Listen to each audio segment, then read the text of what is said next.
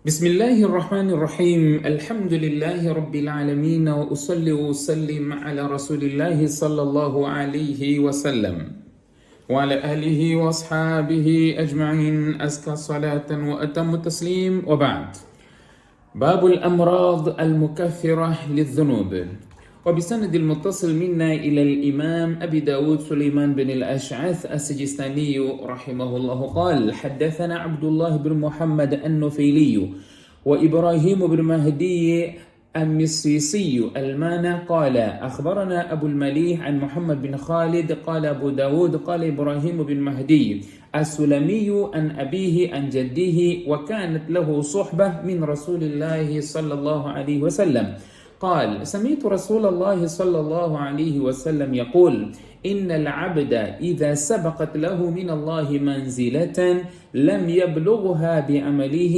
ابتلاه الله في جسده أو في ماله أو في ولده.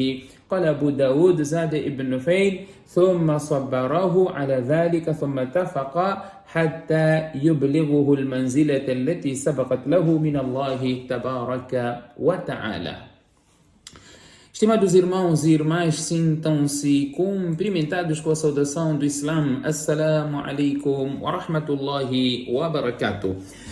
Nós demos início na lição passada o capítulo relacionado ao Janaiz, Kitab al-Janaiz. Vamos falar dos procedimentos fúnebres. Ontem falamos de práticas que são constantes quando há algum falecimento, após o falecimento, questão de adornar as sepulturas, vários aspectos que têm sido prática na nossa comunidade.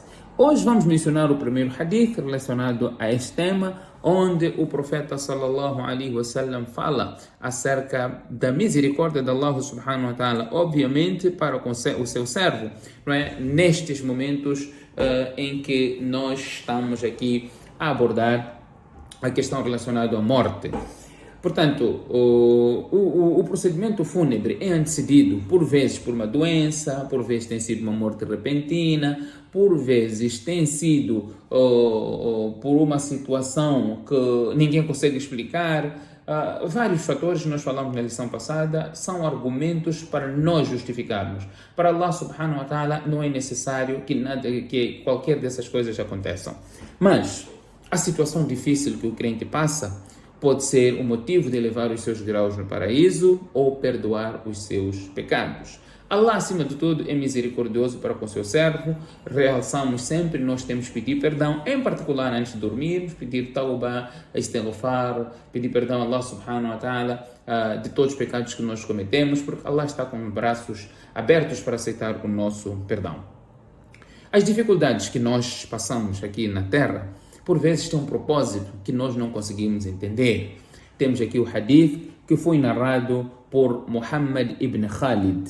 Portanto, Imam Abu Daud diz que Ibrahim bin Mahdi disse que a Sulami, quer dizer, que Sulami narrou do seu pai e este narrou do seu avô, que era um companheiro do profeta Muhammad sallallahu alaihi wasallam. وكانت له صحبة من رسول الله صلى الله عليه وسلم.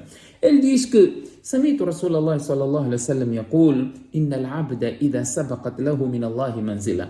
Quando o servo, quando Allah subhanahu wa ta'ala predestinou uma certa posição, não é, para o seu servo, quando Allah, não é, se um determinado estado, uma posição foi anteriormente decretado por Allah subhanahu wa ta'ala para uma pessoa, quer dizer, ele vai estar nessa posição, não é? Decretado por Allah subhanahu wa ta'ala, e este indivíduo não consegue alcançar este estado, esta posição alta no Jannah, não consegue alcançar através das suas ações, Allah subhanahu wa ta'ala inflige esse indivíduo, aflige esse indivíduo no seu corpo, não é? Ou aflige o seu corpo do indivíduo, ou a riqueza, ou os filhos, coloca ele numa situação difícil e ele é paciente com esta situação e Allah subhanahu wa ta'ala faz com que ele alcance aquela posição que Allah já tinha predestinado para ele. Quer dizer, ele consegue fazer uma outra coisa para que ele consiga alcançar aquela posição que Allah lhe deu. Nós podemos ver a pessoa que pratica boas ações e ele é testado ainda, Allah lhe testa, põe em situação difícil para ele, é uma pessoa piedosa. Nem sempre temos que olhar para o sentido negativo. Isso tem sido normalmente até o julgamento das pessoas. Olha aquele indivíduo, é uma pessoa ligada ao masjid, faz salah, obediente, mas às vezes está passando por uma situação muito difícil. Será que ele está sendo castigado? Será que Allah não aceita aquelas boas ações que ele está a praticar? Não cabe a nós esse julgamento, não cabe a nós. O julgamento não cabe ao ser humano, porque aqui o hadith está a dizer, por vezes Allah decretou que a posição deste meu servo vai ser muito alto no Jannah, mas as ações que ele pratica não são suficientes para chegar lá. Então Allah lhe aflige com uma situação, e ele é paciente naquela situação. Allah pode afligir o corpo dele, tem uma doença, ou Allah subhanahu wa ta'ala pode afligir os bens dele, a riqueza dele. Pode estar nessa situação, ou mesmo os seus filhos. Allah põe os seus filhos numa situação difícil, né?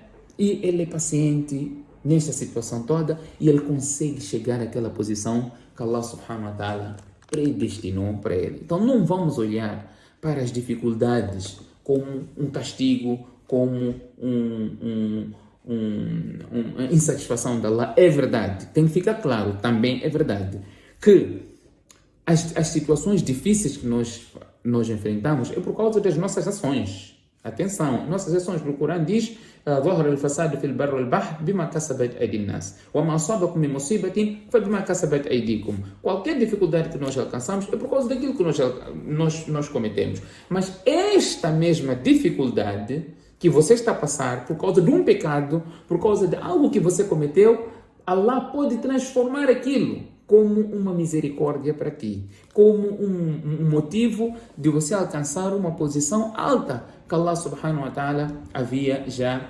decretado para ti. Portanto, podemos dizer que as situações difíceis, que são geralmente o resultado dos seus próprios erros, das suas próprias ações, essas mesmas ações, conforme os hadiths mencionam, podem tornar o motivo de expiação, de perdão dos pecados dos crentes, para que ele alcance uma posição ainda mais elevada. Portanto, Allah é misericordioso conosco. Portanto, este hadith, o que liga-se ao janaza? Porque a pessoa fica doente e depois acaba morrendo, acaba falecendo. Portanto, este também é um caminho que nós podemos indicar que a pessoa poderá passar por uma situação difícil e ele nunca pode perder esperança da misericórdia de Allah subhanahu wa ta'ala. Em particular, nos últimos momentos da nossa vida, o que deve nos superar é a esperança. Nós podemos estar com medo, que não sei o que eu vou encontrar lá, e esperança do perdão de Allah. Portanto, essas duas coisas, entre o medo e a esperança deve ser maior do que o medo. Nós cometemos pecado sim, mas a nossa esperança que Allah vai me perdoar tem que ser maior. Porque o hadith Qudsi diz: Ana inda dhanni abdi bi. Eu irei agir, irei tratar o meu servo em conformidade ao pensamento que ele tem de mim. Como eu vou lhe tratar, como eu vou agir com ele, como eu vou ser com ele, eu irei agir desta forma. Por isso que a nossa esperança nos últimos momentos da nossa vida tem de ser maior do que o medo que nós temos perante Allah subhanahu wa ta'ala. Que Allah subhanahu wa ta'ala dê-nos tawfiq. سبحانك اللهم وبحمدك نشهد أن لا إله إلا أنت نستغفرك ونتوب إليك.